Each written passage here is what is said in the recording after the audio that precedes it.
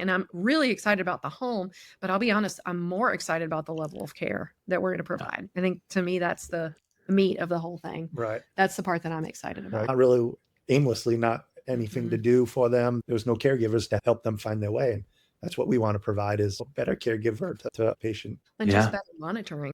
Welcome to the RAL Room Assisted Living Podcast with your hosts, Charlie Cameron and Alex Schlow. This is your go-to show for cutting-edge insights from industry leaders in residential assisted living. Whether you're ready to launch your own assisted living business or looking to invest in this fast-growing, high-impact sector, we are here to equip you with the tools, strategies, and confidence you need to succeed. Get ready to ride the silver tsunami and change the future of senior care. Now on to today's show. Awesome. Welcome back to the RAL Room Assisted Living Podcast. I'm your host, Dr. Alex Schlow, and today we are excited to bring back one half of our favorite past guests, and then Nick Blanchard as well. So Dr. Chloe Kilman is with us and her husband, Nick Blanchard, on the RAL Room Podcast. They were guests probably about 20-ish episodes ago. I should have looked it up before we recorded, but that was a lot about their background and what they're doing and what they're building in Mississippi. And so go back, listen to that episode as well. But this one's going to be awesome. We're really grateful to have both Chloe and Nick on the podcast tonight. Chloe and Nick, it's awesome to have you back. For our listeners who haven't met you yet, do you mind just giving us a brief reintroduction, and then we'll jump up to speed on where you guys are with your project? Yeah, thank you. Thanks so much for having us back. We're really excited, or I'm excited to be back. He's excited to be on for the first time. So we appreciate it. So yeah, I'm Chloe. This is Nick. We are married, and I am a geriatric physician, and Nick works at Nissan right now. We started, it was back in December of 2022. We learned about RAL, Residential Assisted Living, and we just started looking into it, and we thought, I think this is for us. So here we are 3 years later. We've made a lot of progress, and I don't know what else in the way of introduction. Our business is called Bloom Homes. We are in the process of hopefully building our first memory care mansion, and our land is large enough to build 2 more in the future. So we're in the middle of the process of getting the first one off the ground. That's awesome. Disrupt the ground and then build the ground. Yeah, exactly. Yeah. You guys are crushing it in terms of getting that new development started, located in Mississippi. I'm really excited for this. We were talking before the podcast just how cool this project is and how this 16-bed, 16-bath memory care mansion model is so cool, and how it's just going to be like a complete league of your own. Like, you guys are going to set the stage. It's going to be a class of its own. It's going to be an incredible home. So really excited to share more about the project. What stage are you guys at in terms of your development right now? Great question. So it seems like we've been doing this forever, but it also seems like we just started in some ways. So right now we have our land. We did all the business planning. We have a mentor. We got all that stuff. We finally locked down our land around this time last year. Actually, we've owned it about a year now. October. Yeah. Wow. That's crazy. And so we're in the process now of talking with banks, talking with appraisers, and taking the next step in like the paperwork and securing the funding so that we can hopefully break ground in the next few months if we're lucky, if everything goes according to plan, which it never does, but that's okay as long as we get there.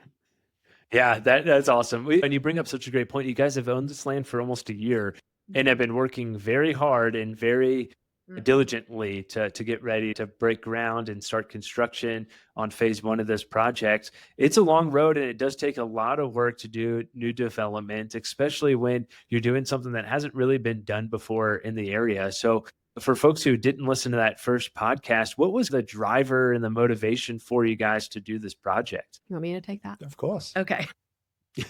I think I mentioned December of 2022 is when we first heard about this model. And just like you said, it's brand new here. We had never heard about it being anywhere. We heard another podcast with another physician that was doing this out west, Dr. Krishnan. I think I mentioned him every time. And we just started to get excited because as a physician, I see these patients in my office every single day who are living in nursing homes, living in assisted livings, memory cares, and maybe not getting great care. And I just thought, this is so interesting. It took me a while to wrap my mind around it. It was like, this is so interesting. It can be a big, beautiful home, and yet you have 12, 14, 16 residents. It'll be 16 in our case, where it's really more homey, but at the same time, a grand facility, excellent care, all the things that they need, just like basically raising the standard of that type of care. And I thought, if these folks can do it, why can't we? And we just really started digging into it. We went to a 3-day course out in Arizona. from a popular RAL Academy, those folks that you've probably seen on the internet, and they're like the industry standards. And we got involved with them and we really liked what we were doing. We learned a lot, but we felt like at the end of that, we just wanted more. Like we were just getting hungrier and more excited about all of this. And so we started looking around. We found a mentor. We started working with him on the sort of memory care mansion side of things, because there were a lot of aspects that we liked about that, as opposed to finding a home, if you will, and then retrofitting it, converting it. We actually did think about doing that briefly. Right. We found there was a lot of red tape of doing it in our area, and the cost was prohibitive compared to a ground up build.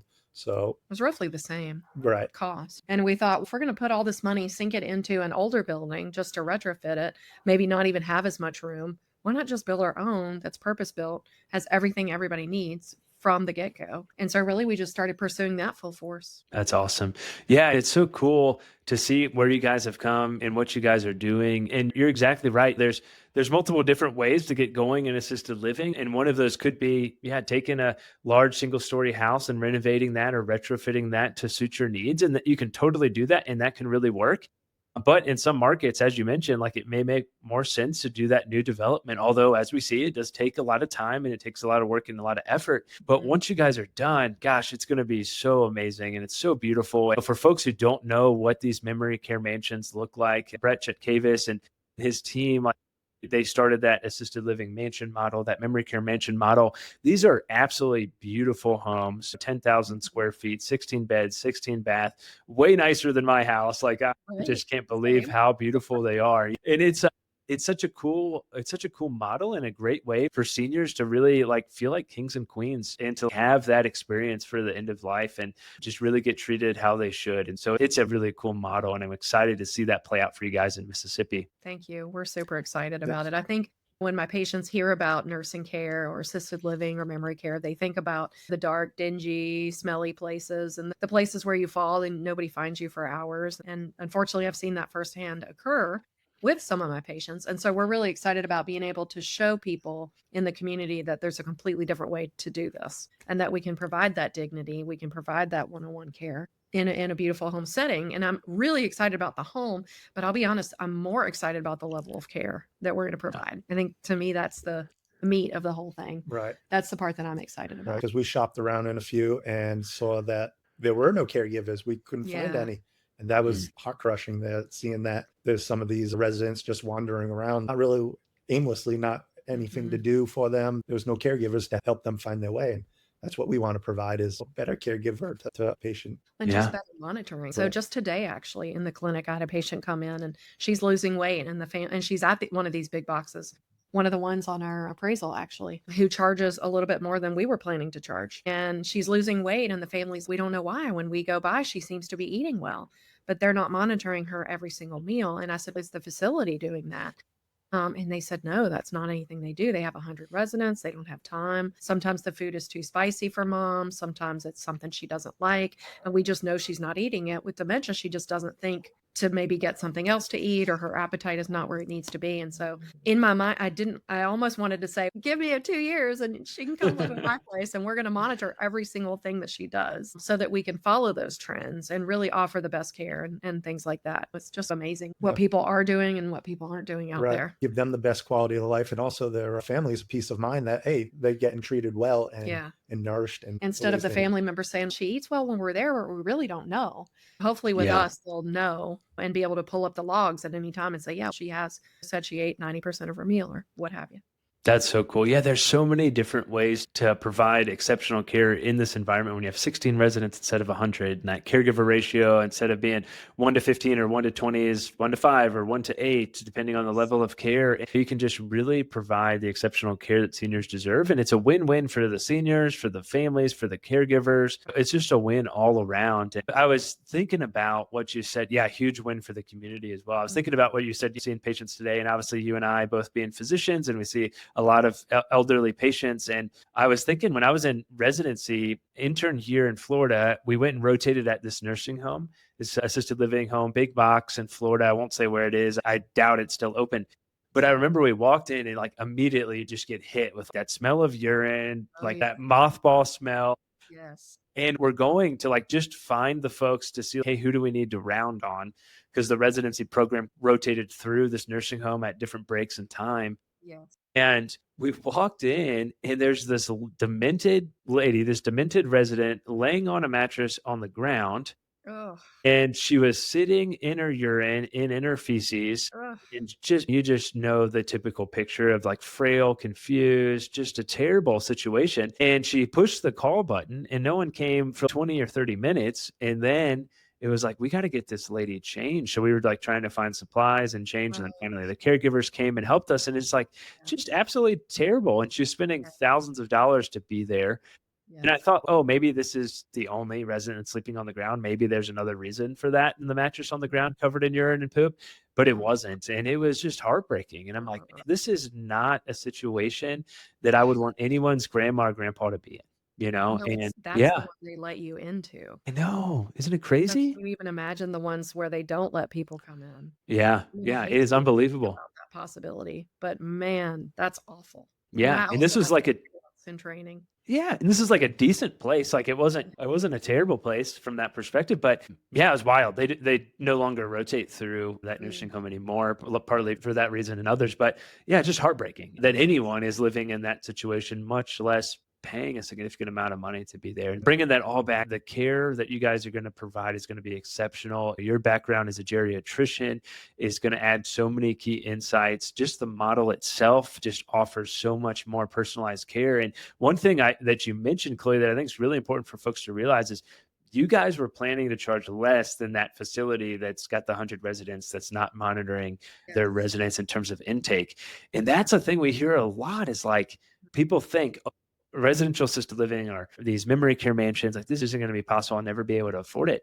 Oftentimes it's actually cheaper than the big box facilities and you're getting that way better care. And so it just blows my mind. That's why I love doing the podcast, because we've had folks too who have come to us and been like, we didn't even know that this was a model that existed. And now this is an option for my grandma or my grandpa or my mom or my dad. And so it's just an amazing thing. So anyways, I could rant forever. I'm pretty fired up about it. Yes. And obviously we love it and what you guys are doing.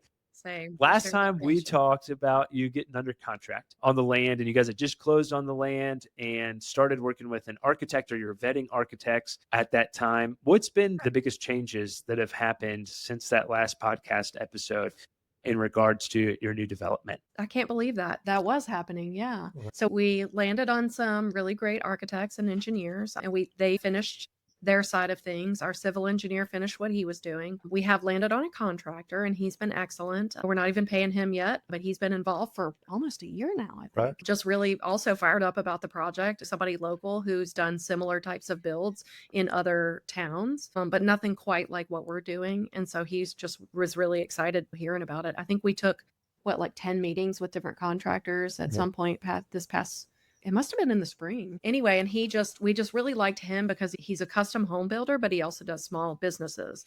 And then we found out during that meeting that he's built a couple of those beehive assisted livings in different areas. And so we're like, oh, that's perfect. So he's been really great.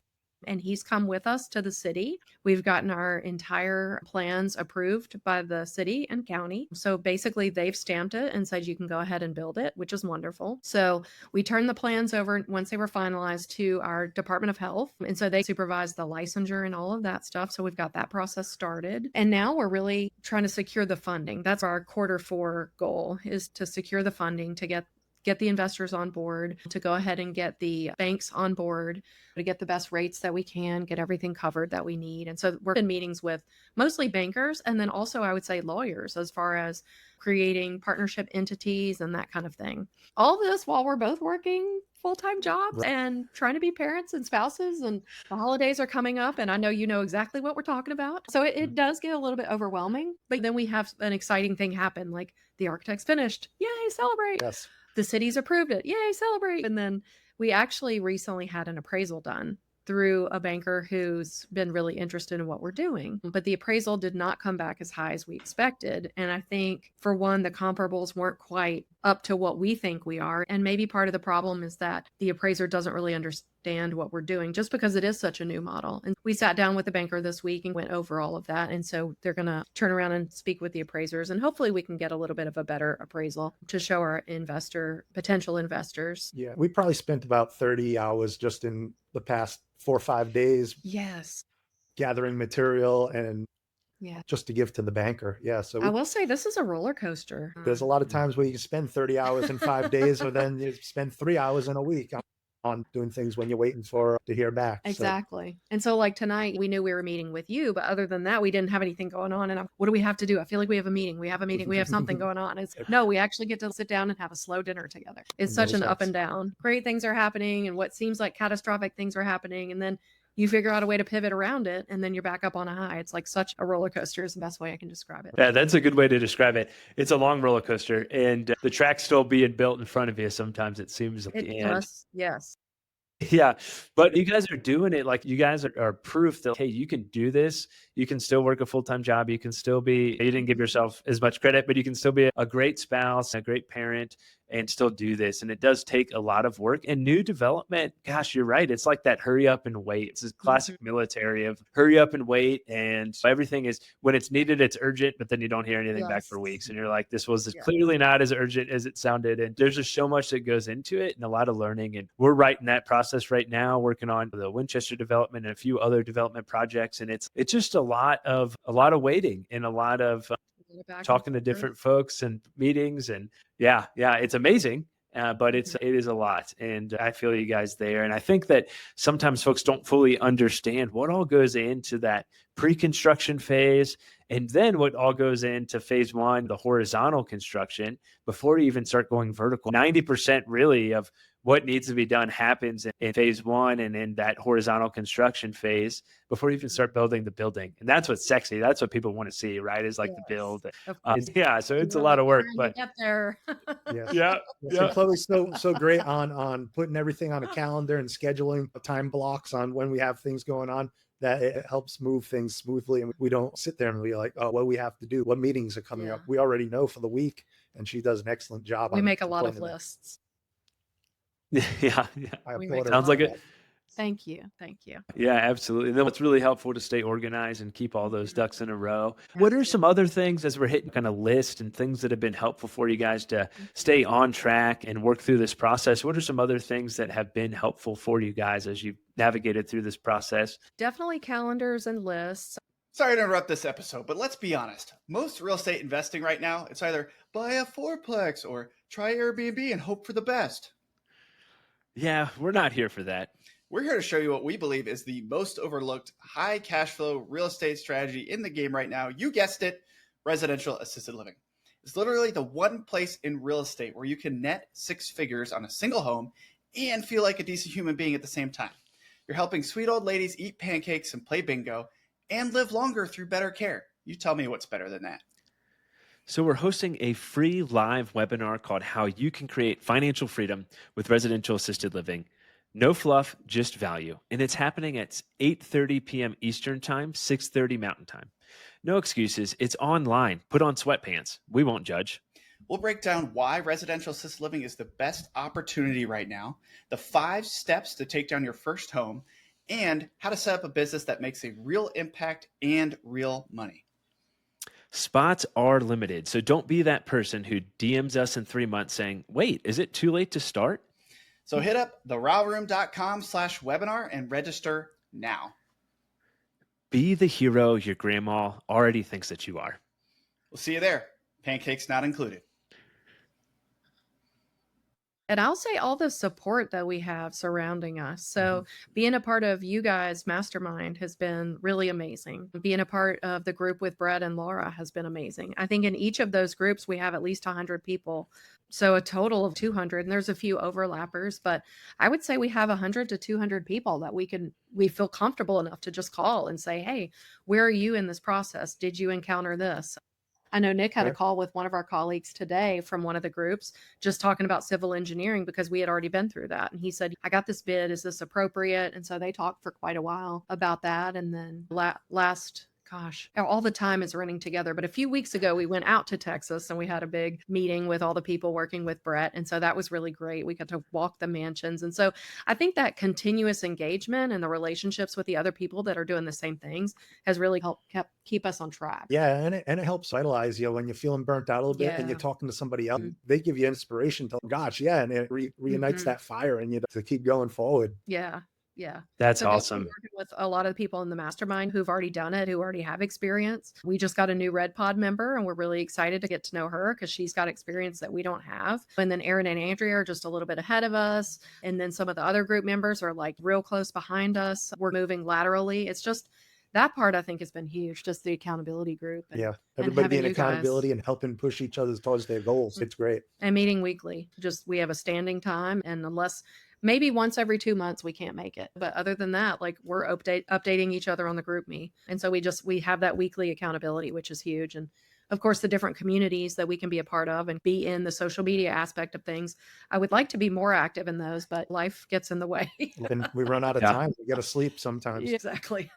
Yep, sleep's important for sure. Big No, I completely agree. Obviously, we fully believe in the mastermind. We fully believe in community and accountability, and it can really make all the difference. And I was thinking about the Red Pod. So for folks who don't know what Chloe's mentioning when she says the Red Pod, in the RAL Room, in the mastermind, we have pods, community accountability pods, and it's usually 6 to 8 or so members who are in these pods, and they work together and they hold each other accountable. And it's this beautiful like microcosm of community. And it's just so good at helping you elevate yourself and see like this is possible and bounce ideas off of and all these sort of things. Really amazing. But I was thinking about your guys' pod and how nuts it is that, yeah, Aaron and Andrea raised $2.8 million. They're getting ready to build these 2 16-bed homes. You guys in your development, obviously, Dustin and Randy they're getting ready to purchase land in Vegas and start doing a new development. And Angela's already operating and she's looking at more deals. And Jeb, Jeff's a little bought a tired. He's ton. right there too. Yeah, Jeb bought a Yeah. ton of land and he wants to build Yes. 10 of these. Yes, It's just exactly. so cool to like action takers. And that's what we're really shooting for in the RAL Room is it's a community of action takers who are going to build each other up and be go-givers. And you guys fully embody that. Gosh, it's just been so fun. And Charlie and Luke and I were talking about, we set a goal when we first started the RAL Room. Hey, we want to open 100 homes through the RAL Room by 2027. And we thought that was like nuts. We're like, it's crazy. And now we're like, shoot, this is probably going to happen. Yeah. And it is amazing because that is 100 homes providing amazing care for seniors. And Awesome. it's just super exciting. Yeah. Oh, man. Good stuff. Yeah, we're super excited. We're just so grateful to be a part of it all. Yes. Yeah. Yeah. And it's awesome. It's amazing what Brett's doing. And there's just a lot of great people in the space who are really helpful, who are go-givers, who want to help each other out. And it's just an awesome environment. Because I think one thing that folks don't really think about is like there's such a massive supply demand mismatch that like everybody that we ever talk to about assisted living could build a home and we're still not going to meet the need that's needed. So that competition compared to other real estate asset classes it doesn't really exist. So it like doesn't matter. We all need to collaborate so we can open more and more of these homes and get them built faster. Man, I keep getting on soapboxes tonight. I apologize for folks that are listening. But yeah, so let's talk about some challenges. You guys mentioned the appraisal and you're working that process. What have been some other challenges or unexpected things that have come up as you guys get closer to getting this project across the finish line?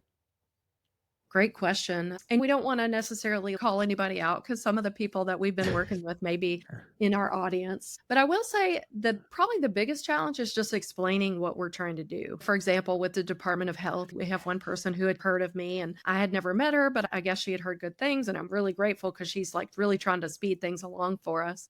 And then there's some other people who really don't seem to understand what we're doing. And they're like, wait a minute, the process is this. And I'm like, but last year you said it was that. So now I don't understand. I don't understand exactly where we are. And it's no, you need to go back here and do this. And I'm thinking that person already said I did this. So how do we, anyway, it's just that part has been a little bit tricky, a little bit of the bureaucracy. I think most people, once we explain what we're doing, they're really excited about it. But I would say that's been challenging. Right. Explaining, Yeah. And then even to the banks and potential investors and just everybody, most people are excited to hear about it once they understand, but it is a little bit of time to get people up to speed. And I don't know. I like in this process for us, it's like learning a new language, but honestly, it's more like learning 10 new languages.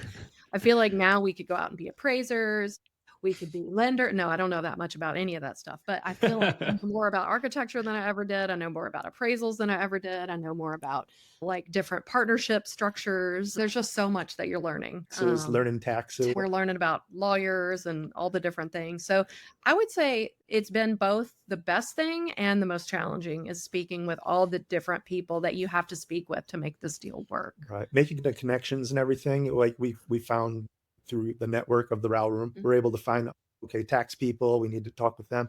And we're learning on that. And that can use outside of assisted living if you want to start something else. There's been a benefit of doing that. So. For sure. Yeah, just meeting all the different professionals has been great, yes, but also challenging because it is all new. Mm-hmm. And we have to have such an understanding. We don't have to have a complete understanding, but because we're doing it ourselves, we can't just hire somebody and say, here, you do all this for us. And we don't know anything about it. Like at the end of the day, we may not be running the facility every single day in the future, but we at least want to know how to do all the things so that if we had to, we could. And also just to get up and running, you have to have a basic understanding of all the different pieces that go with it. So that's been the most challenging and just wishing there were more hours in the day. Yeah, when you figure that one out, let me know. No, I think a key point that you guys have brought up, and you've mentioned this multiple times, is talking to people about what you're doing and explaining what you're doing. And this business, just like really any business, is all relationships, right? And if you're willing to go talk with the lender and go talk with the appraiser, go talk with your local community, the zoning office, whoever it may be, and explain what you're doing in person and be willing and able to like share your story and your journey and what you're doing, it's going to get you so much more buy-in and understanding, because you're exactly right. A lot of people don't know what this is. And they immediately think that facility that I mentioned where the lady's sleeping on a mattress on the ground with urine covering Right. her. So it just takes that explanation, and then it takes building that relationship. And that's something that people can do now, regardless of where they're at in terms of new development or looking for homes. Like, start building those relationships now. So when these opportunities come up, you're ready to go and you know who to talk to. So that's really great advice, guys. Totally. That's something Brett taught us. Go talk to everybody early and often. And we're both introverts. So we're like, we don't do that. But with my job, obviously, I've had to learn how to do it throughout the years. And we've both gotten better at it over time. But I don't know, that was a big challenge, I think, for me too. Just to go and talk to people and they're like, do you need something from me? And it's eventually yes. But for now, I just want us to get to know each other. And I want you to understand what I'm doing and support me. And I don't know, that's been tricky, but more rewarding too, because you do actually get to know people. But it was pretty neat. Remember, we went and talked with the fire chief probably a year ago and gave him a card and everything, spoke with him. And about a week or two later, the fire chief's father called, who's retired, worked in the city council and everything, gave us a call and was just interested in our project. Yeah. So we told him about it. And then used to work in senior housing, it turns out. A year later here, when we're at the zoning meeting, he heard that it was going to happen, and he went there and he came and he met us in person and everything. And that was really great. Like a year later, he still remembered about our project and was interested. It's just amazing that we found some really unexpected, wonderful support. That's awesome. And telling everybody what you're doing and what you're building and your vision and your dream, like, it helps them buy into the vision. And also, once you guys get to that point where you start marketing for residents, or who knows if you'll even really need to market, I think you guys are going to be able to get plenty of residents really quickly, just given how integrated you guys are in the community. But once you get to that point, you guys have already been telling everyone. So it's not going to be like, what is this like new, really beautiful building? What in the world are they doing there? It's already going to be known. And then it's going to be a lot easier for you guys to attract residents and fill the home. We think so too. We hope that's so. Awesome. Thank you. Yeah, it's awesome. What kind of impact are you guys hoping to make in the community with this home, as well as phase 2, where we're hoping homes 2 and 3 will get built? Yeah, certainly. We'd love to house 16 residents, and then in the future, 32 more. And obviously that impacts not just the resident or the patient, if you will, but also their families. And then if their families are happy and maybe a little more relaxed because we're taking care of the patient or the resident, then they can go out and do better things. But we also hope to bring jobs to the community. We hope to be a place where people want to be employed. We plan to pay a little bit higher and try to really value people for what they're doing for us and do extra things for them when we can. But I also have a couple of ideas for different nonprofits and things that we would like to do eventually. There's a huge need for dementia care givers out in the community. And unfortunately, insurance will not cover that.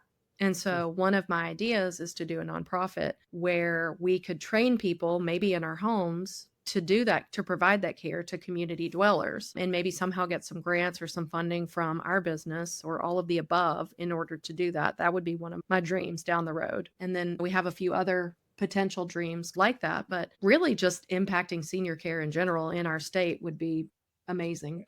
Amazing legacy to leave. Tell them we're doing the TIPA snow training to teach our caregivers the way to treat a dementia patients. Are totally different than there's different stages of dementia they go through, and that a regular caregiver that may not have any kind of dementia care would realize that, that this is just part of the dementia that they'd have to understand on how to treat the patient. Right. And how to communicate. There's a really specialized way that she goes about doing it, and she's had a lot of success. And there's even evidence-based studies out there that say that her care is the best, and that it reduces trips to the ER and the geri psych unit and things like that. So we've really gotten integrated in her group with her people, and we're going through the trainings, and our plan is to transmit that to our staff as well. So that's awesome. Hopefully all of this will have a good impact on the whole senior community and their families.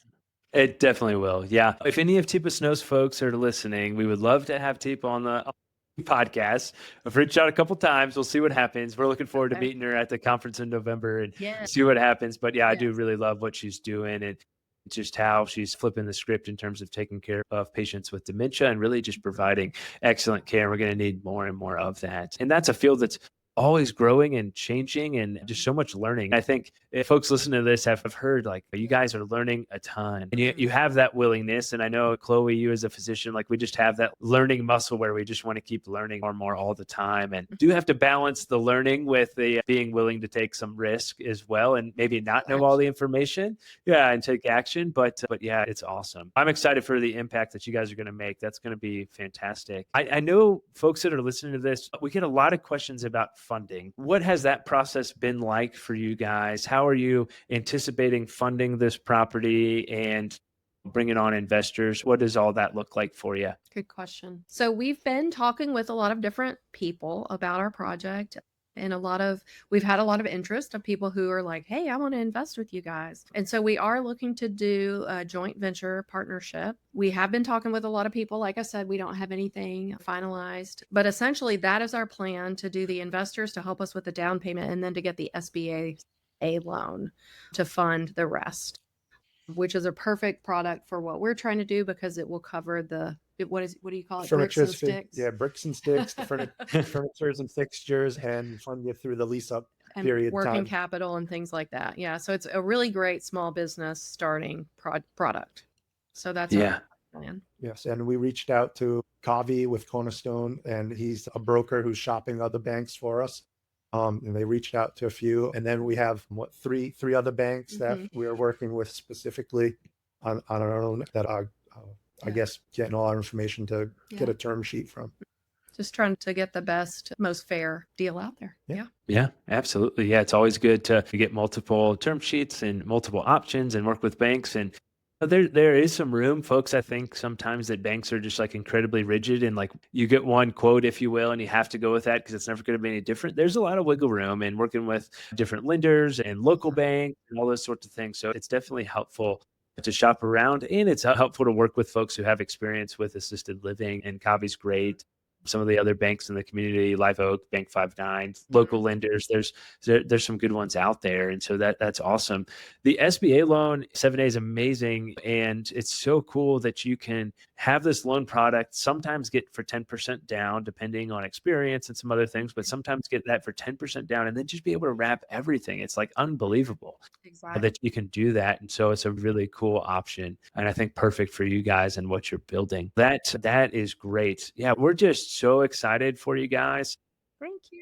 I figure a lot of people also, Nick, you're up, my man. I feel like people are wondering like, hey, what does it cost to build one of these? Do you mind just sharing some rough numbers? Don't have to be exact, on what it may cost to build this home and what potential income may exist with this home as well. This is a business and you guys are working full-time jobs and you're doing this and you ultimately want to obtain some degree of financial freedom, I'm sure, through this project. So what do the numbers look like, if you don't mind sharing that? So yeah, we gave all our blueprints and everything to our contractor, and he went out and did a bid on it and everything. With our mentor, Brett, he has his construction administrator that's on there, and he looks at the bid, he takes the bid our GC has, compares it, because he has other people around the country too. So he knows what the average price is. He said it should be within 20% margin of all the everybody else, which if not, let's try to correct these and everything. So he knows what things are going for. So for our particular build, just the sticks and bricks, you'd say, would be $2.1 million just for that portion. And then is it included in there? And then all the... Is that included in the 2.6? No, that's not. 2.1, you 2.1, yeah, 2.1. Then we include the land and 2.6. then all the bank fees. It comes to roughly 3.9. But that includes the working capital, the furniture, lease-up reserves. So a whole bunch of basically the entire project comes to about 3.9 total cost. That's amazing. Yeah. And again, for folks who are like, man, that's a lot of money. We're talking 10,000 square foot luxury mansion. And it is a lot of money. Yes, you're exactly right. It is a lot of money. Yeah, I know. It definitely gives you palpitations. It's just an amazing project. And so folks are hearing 3.9 million. What the heck? How are you going to support that and support that payment to the SBA? What does the income potential look like for the home? So when we were shopping around, we get the price of the other assisted livings, and we'd find out what their prices were for memory care, their low end and their high end. We decided we'd come in right at the middle of what the local competitors are charging. So we're coming in under what they're charging. So hopefully we'd draw more clients that they would. And coming in at the middle, we'll make a great profit on that, which will pay back everything. We'll be able to pay our caregivers and our managers and chef a good fair wage that's higher than the average in the business, and still come out with, I guess, what? $25,000 to $30,000 a month profit. That's amazing. That's amazing. If everything goes well. Yes. Yeah. But still, once we're stabilized, first year it will not look like that. Yes, but that's how. Yeah. And then that creates enough money to hopefully turn around and do the two others. And then assuming all that goes well, then that turns around and would feed into the nonprofits and the giving back to other organizations in town that we would like to do. It's amazing. Love it. Love it. Yeah, there's a lot of potential for sure. And you're still providing absolutely amazing care at a cheaper price than a lot of the other facilities. And I have no doubt, I know you guys underwrote conservatively, middle of the road in terms of memory care, what you're going to charge, but I have no doubt that you guys are going to be the pinnacle and ultimately going to be able to charge whatever you want for the care that you're going to provide, because it's just going to be a class of its own. That is awesome. As we wrap things up here, what are you guys most excited for, let's say, coming up in the next couple months in regards to this property? Because I know the answer is getting this done and getting it operating, but what are some things coming up in the next couple months that you're excited for, some milestones we can celebrate along the way? Yeah. For me, Q4 is going to be about securing the funding. And then hopefully Q1 of next year will be about breaking ground.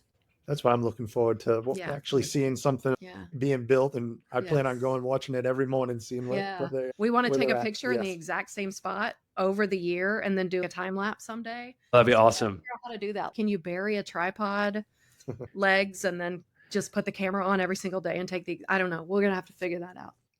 Yeah. I'm sure there's a way. Yeah. I'm really excited to watch that and see that come to fruition. Yeah, absolutely. Me too. That is awesome. Is there something that you wish more people understood about memory care or this type of development? I guess that bigger is not necessarily better is the first thing that comes to mind. We do have a couple of really grand assisted livings in town, but like I said, those are some of the ones that I've literally had patients in my office say that they've fallen and nobody has found them for hours. And these are the best. Not saying accidents can't happen everywhere. When you start to see a pattern in some of these places, bigger is not necessarily better. Even talking with the banker this weekend, one of his parents or somebody they know is in one of these premier assisted living places paying a lot of money. And he saw the renderings and the actual pictures that I provided that show them of Brett's home already completed, that we have the whole decor and a spec sheet of everything that he has, we can put in our home also and make it look exactly like that. And he was just amazed on how grand and beautiful it looked compared to that premier one in town, because it is a large 100+ facility. So it has that a huge build. It's not a nice homey mansion look. It's that homey personalized care boutique environment. There's just something so special about it. And it is awesome. Before we wrap things up, how can folks reach out to you if they want to know more or if they're interested in potentially partnering with you guys now or in the future? Yeah, we would love to speak with anybody who's interested in learning more about what we're doing. We also spend a lot of time talking to other folks who are just interested in doing this themselves and trying to promote our different mentors. And that includes you guys in the Mastermind. But yeah, y'all can find me on LinkedIn. I think Nick is on LinkedIn as well. So is Bloom Homes, the name of our project. We're also on Facebook, Instagram, all the usual. BloomHomesAssistedLiving.com. We have a webpage, and I'll link you to our Facebook, LinkedIn, and all the other sites that we have. Yep. Awesome. We learned how to build websites, do social media, like one of the 10 languages. That's right. Yeah, exactly.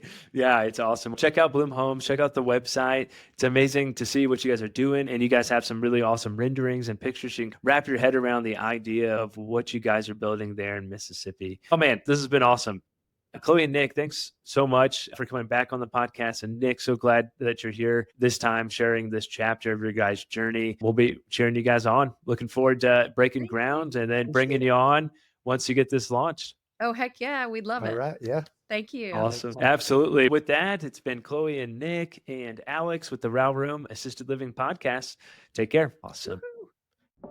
Thank you for tuning in to the RAL Room Assisted Living Podcast. We hope you found today's episode insightful. If you enjoyed it, make sure to leave us a raving 5-star review. And a quick review helps more listeners find the show and more seniors get the exceptional care they deserve. And don't forget to subscribe so you never miss an episode. And just so you know, we have prepared some free resources for you to help you succeed in residential assisted living in addition to this podcast. Head over to theralroom.com, that is the RAL room.com, to download our free 10-step guide to launch your first or next residential assisted living home, or our 10 reasons to passively invest in residential assisted living ebooks. And if you're ready to take the next step and make real moves in the RAL industry, join us in the RAL Room Mastermind. It is an exclusive community where we deep dive into everything you need to launch and grow your own residential assisted living business. You'll get access to recorded courses, live calls with industry experts, a RAL calculator, resources and tools, like-minded entrepreneurs, funding opportunities, and an expert networking community to help you along your journey. Be sure to join us next time on the RAL Room Podcast as we continue to explore the world of residential assisted living with more great guests. See you then.